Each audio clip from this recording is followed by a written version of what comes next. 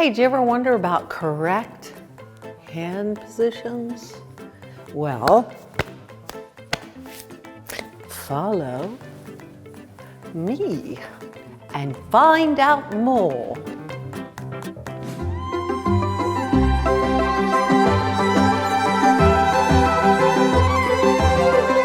How did these ballet hands begin?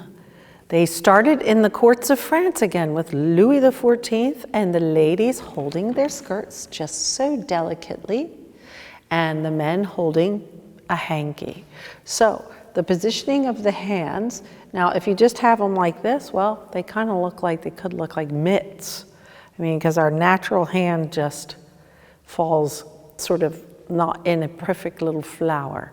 So we slightly arrange the hand as if you're just arranging flowers, yes?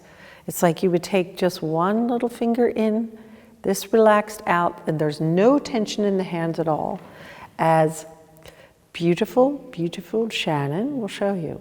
And do a port de bras to the front, and up, and O, à la seconde, and down. Then the little fleur de lune. And we finish with our beautiful hands. Lovely. I hope that helped you. If you're new to the channel, please subscribe and put your comments below, and I'll see you next time.